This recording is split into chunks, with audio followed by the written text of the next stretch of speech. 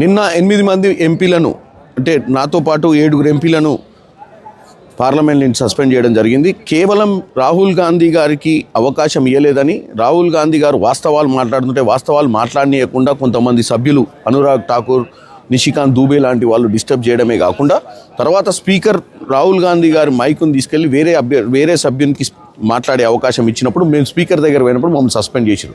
ఒకటి ఈరోజు మీరు చూసినట్టయితే మేమందరం కూడా ఇక్కడ ధర్నా చేస్తున్నాం. ఎందుకంటే 8 మంది ఎంపీలను కేవలం నోరు నొక్కే ప్రయత్నమే కాదు, కొంతమంది ఎంపీలను ఇప్పుడు కూడా హౌస్ అడ్జర్న్ చేశారు.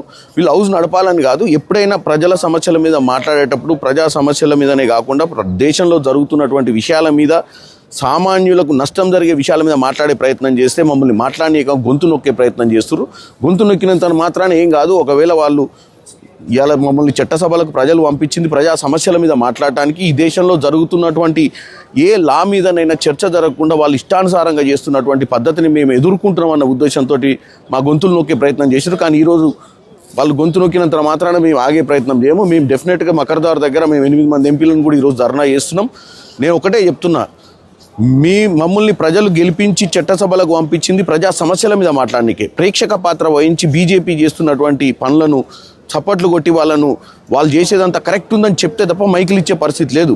ఎందుకంటే ఈ విధంగా రాజకీయం చేయడం చాలా తప్పని తెలియజేస్తున్నాం.